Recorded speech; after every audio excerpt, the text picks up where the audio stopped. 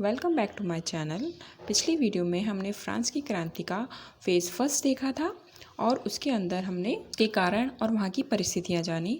अब इस वीडियो में हम फेज़ टू के बारे में बात करेंगे।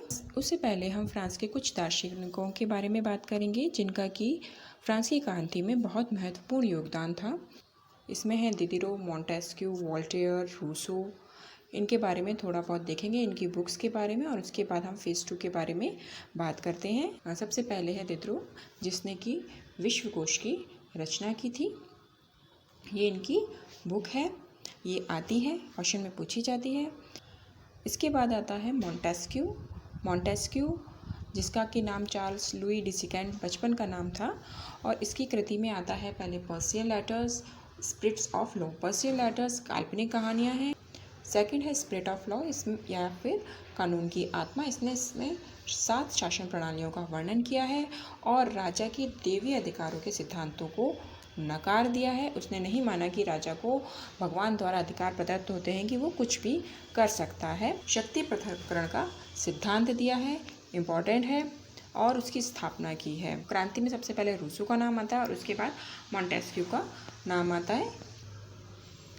इसके बाद तीसरा आता है वोल्टेयर या फ्रांसवा मारी आर्वेज का नाम था पूरा, और इसने चर्च को एक बदनाम चीज़ कहा है और उन्होंने अभिव्यक्ति की स्वतंत्रता पर बल दिया है कि हर किसी को बोलने की स्वतंत्रता है, अपने विचार प्रकट करने की स्वतंत्रता है। वो कहते हैं कि हो सकता है मैं आपकी बात से सहमत नहीं हो पाऊँ, लेकिन फिर भी आपको विचार प्रकट करने की, अभिव्यक्ति की स्वतंत्रता की रक्षा करूँगा। वोल्टेयर भी क्रांति के कम पुरोधा नहीं थे। ये जो बास्तिल का पतन हुआ था उसमें भी ये कैदी के रूप में रहे थे, ये हमने आपको कल बता दिया था। रोज ने के बारे में लिखा है कि यह फ्रांसीसी विचारों का दर्पण थे। अब नेक्स्ट आता है रूसो, जीन जैक्स रूसो इनका नाम था पूरा, और ये भी शीर्ष दार्शनिक थे, सबसे नंबर 1 पर आते हैं अगर देखा जाए तो। और इन्होंने बहुत सी पुस्तकों की रचना की है जिसमें new Heloise, smile, the confession, the dialogue, सामाजिक समझौता या सोशल कॉन्ट्रैक्ट। और ये सबसे सोशल कॉन्ट्रैक्ट ये इनकी सबसे इम्पॉर्टेंट बुक है जो कि उन्होंने 1761 में लिखी थी। और इसकी फर्स्ट लाइन है कि मनुष्य स्वतंत्र पैदा हुआ है लेकिन सर्वत्र जंजीरों में जकड़ा हुआ है।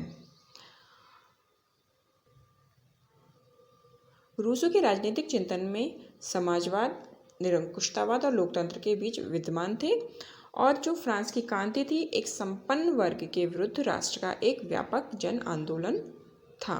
अब हम आते हैं फेज़ 2 पर, स्टार्ट करते हैं। तो सबसे पहले इसमें आएगा स्त्रियों का वर्साय अभियान।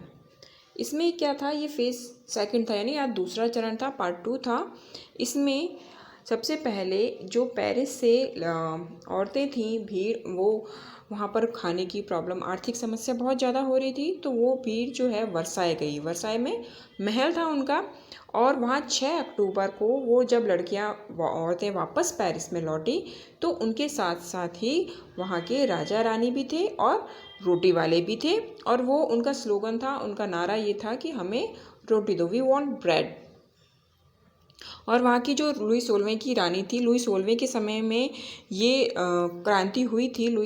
पिछले पार्ट में हम देख चुके हैं कि वहाँ 3 स्टेट थे, first state, second state, third state, और इसमें से सेकंड और थर्ड स्टेट मिलकर एक हो गए थे और फिर उन्होंने अपनी राष्ट्रीय सभा बना ली थी। उसके बाद उन्होंने खुद को संविधान सभा घोषित कर दिया था, और उसके बाद वो एक प्रमुख पार्टी बन गई। तो उन्होंने क्या करा कि चूँकि चर्च के पास भूमि का 5वां हिस्सा था, तो उन्होंने चर्च की संपत्ति का राष्ट्रीयकरण कर दिया, और दूसरा काम करा, पादरियों के लिए संविधान की घोषणा कर दी, और जिन पादरियों ने इस संविधान को स्वीकारा वे ज्यूरर, और जिन्होंने नहीं स्वीकारा वे नॉन ज्यूरर कहलाए। फिर संविधान सभा बन गई थी, राष्ट्रीय सभा संविधान सभा घोषित कर दी थी, और उसने 1 में फ्रांस का प्रथम लिखित संविधान बनाया जो कि कोहिमाओं पर आधारित था। कोहिमा यानी लिखित पत्र, वो हम आपको ऑलरेडी पहले बता चुके हैं, शिकायतों के लिखित पत्र थे। अब क्या होता है, 20 जून 1791 को लुई जो 16वां है वो फ्रांस से भागने की कोशिश करता है और पकड़ा जाता है, और उसे 1793 में मृत्युदंड दे दिया जाता है, गिलोटिन पर चढ़ा दिया जाता है। उसके और इससे पूर्व ही राष्ट्रीय सभागम का चुनाव होता है ताकि नया संविधान बनाया जा सके, और ये राष्ट्रीय सभागम सितंबर 1792 से अक्टूबर 1793 तक रहता है। और इसी राष्ट्रीय सभागम के अंतर्गत ही लुई 16वें को 1793 में गिलोटिन पर चढ़ा दिया गया था। इससे क्या होता है कि इंग्लैंड, हॉलैंड और स्पेन सब फ्रांस के विरुद्ध हो जाते हैं, युद्ध करने लगते हैं। तब रॉबेस्पियर ने आतंक का राज्य स्थापित कर दिया, मतलब जो कुछ वो करेगा वही सब सही है। और उसी ने फिर 1794 में दांते को भी गिलोटिन पर चढ़ा दिया। अब आता है इस नेशनल कन्वेंशन यानी जो राष्ट्रीय सभागम बना, उसने क्या क्या कार्य किए। सबसे पहले सामंतवाद का अंत किया, ये हमने कल पढ़ ही लिया था। मानवाधिकारों की घोषणा की, ये भी हमने पढ़ लिया। चर्च की संपत्ति का राष्ट्रीयकरण कर दिया उसने। नया संविधान का निर्माण किया। इसके अलावा एक 5वां काम क्या करा, फ्रांस के प्रशासन को विभाग और कम्यून में बांट दिया। अब हम फ्रांस की शासन व्यवस्था को देखते हैं। सबसे पहले आता है राष्ट्रीय संविधान सभा का कार्यकाल, जो कि 1789 लेकर 1791 था। उसके बाद गणराज्य की उन्होंने घोषणा कर दी। तो गणराज्य की घोषणा कब करी, 21 सितंबर 1792 में।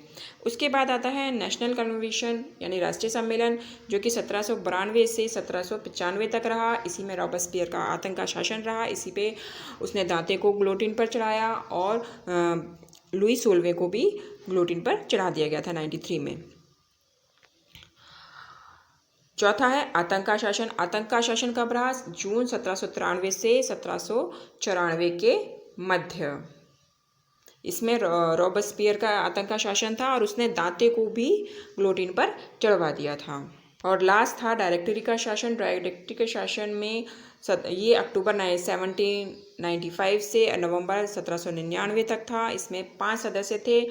और फिर डायरेक्टरी के शासन का अंत किसने किया, नेपोलियन ने कर दिया था। कब, 1799 में, और वो प्रधान काउंसिल बन गया।